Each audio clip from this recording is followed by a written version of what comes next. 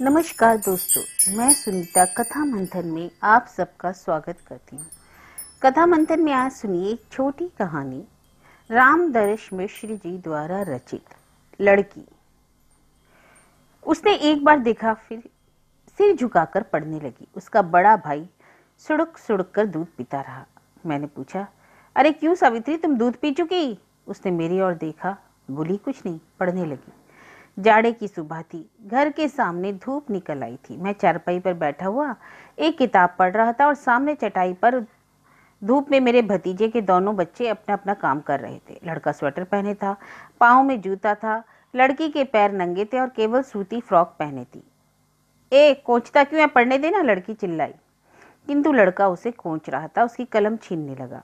उसने खुद तो पढ़ता नहीं, मुझे भी चैन से नहीं पढ़ने देता, दिन रात शैतानी करता है। लड़की ने लड़के को थोड़ा परे ढकेल दिया। वह थोड़ा लुढ़क गया। वह उठा और बहन के बाल पकड़कर खींचने लगा। लड़की जोर जोर से चीखने लगी। मुझे बहुत गुस्सा आ रहा था। इच्छा हुई कि उठकर 3-4 झापड़ इस बदतमीज लौंडे को रसीद कर दूं, लेकिन अपनी हैसियत समझकर चुप रह गया। 2 दिन के लिए मेहमान की तरह शहर से यहाँ आया हूँ। मारने पर पता नहीं क्या प्रतिक्रिया हो, माँ बाप पर हो, इसलिए केवल डांटा। छोड़ छोड़, क्यों मार रहा है उसे?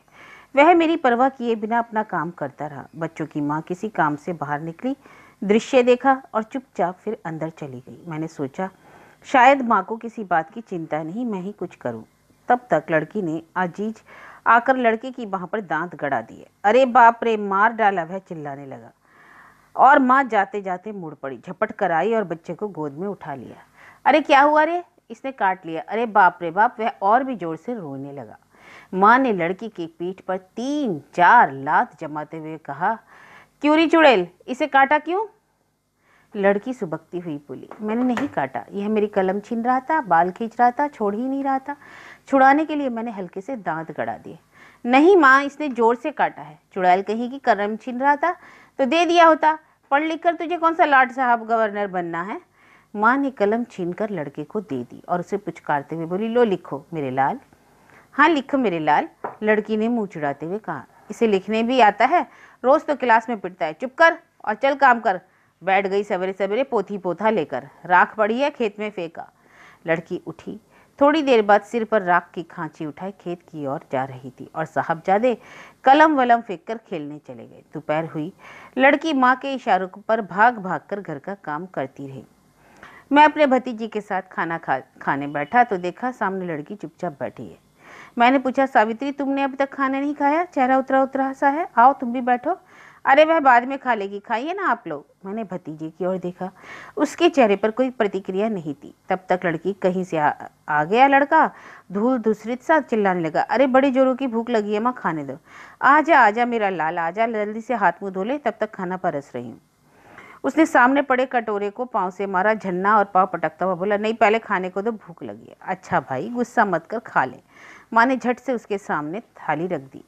मैंने भतीजे की ओर देखा, वह निर्विकार भाव से खाए जा रहा था। लड़की चुपचाप मार खाई सी अपनी जगह सिमटी सिकुड़ी बैठी थी। मुझे अब बहुत अजीब लग रहा था। लड़की को उदास देखकर खाने की इच्छा नहीं हो रही थी, बस किसी तरह कौर निगल रहा था। खा पीकर बरामदे में लेटा लड़का वही खेल रहा था। एकाएक चिल्लाने लगा, अरे माई, पेट में दर्द हो रहा है। क्या हुआ, खेत जाना है? नहीं नहीं, दर्द हो रहा है, लगता है कुछ गड़बड़ सड़बड़ खा लिया है। गड़बड़ सड़बड़ तो कुछ नहीं खाया होगा, हम लोग जो खा रहे हैं वही खाता है, बाप ने बयान किया। तो ज़्यादा खा लिया होगा। अरे कहाँ, कमबख्त खाता ही नहीं है, बस टूंगता है। मैंने कहा, हाँ कल से तो मैं ही इसे टूंगते हुए देख रहा हूँ। अरे बहुत तेज दर्द हो रहा है, वह चिल्लाया। सावित्री, हाँ बाबूजी, कहती हुई भागी भागी बाहर आई। उसके हाथ में दाल भात से भरा कटोरा था, शायद वह खा रही थी। खाते खाते भागी। देखना, खाना वाना बाद में कर लेंगे, जरा भागकर वैद्य जी को बुला ला, तो तब तक मैं बनिया के यहाँ जा रहा हूँ सोडा लेने। फिर वहीं से चिल्लाकर अपनी पत्नी से कहा, अरे मुन्ने को संभालना, थोड़ा पानी गर्म करके रखना, जिससे पेट में दर्द हो रहा है। मैंने कटोरे में देखा दाल और मोटा भात, लेकिन हम लोगों को तो बढ़िया चावल का भात मिला था, और इस लड़की के लिए सब्जी वब्जी कुछ नहीं। भतीजा बनिया के यहाँ से झलाया हुआ लौटा, साला कुछ नहीं रखता, दुकान खोल रखी है और जो चीज़ मांगो वही नदारत। तब तक सावित्री आ गई।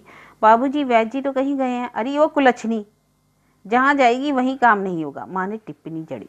लड़का चिल्लाए जा रहा था, रुको रुको, तुम लोग परेशान हो, शायद मेरे पास पेट दर्द की गोलियां हो। गोलियां मिल गई, खिलाया। लड़का राहत अनुभव करने लगा, उसे नींद आने लगी। माँ उसे लेकर अंदर चली गई और सावित्री से कहती गई, जाकर खाकर ना तो झूठे बर्तन मांज डाल। मैंने सावित्री को गोद में उठा लिया। इस लड़की के लिए मैं भीतर तक आर्द्र हो गया। उसे प्यार किया, फिर कहा, तुम्हारा खाना पड़ा है बेटे, खा ले। उसने गोद से उतरकर कटोरा उठा लिया, धीरे धीरे खाना खा ले लगी। एक निर्वेग उदासी उसके चेहरे पर चिपकी हुई थी। मैंने कहा, सावित्री, सावित्री बेटा। उसने खाते कहते चेहरा उठाया, जैसे कह रही, हाँ कहिए, तुम्हें बुरा नहीं लगता क्या दादाजी? अरे यही जो तुम्हारे साथ होता है। उसने इनकार में सिर हिलाया। क्यों? लड़की हूँ ना। मैं भीतर तक चरमरा गया। लड़की उसी निर्वेग भाव से खाती रही।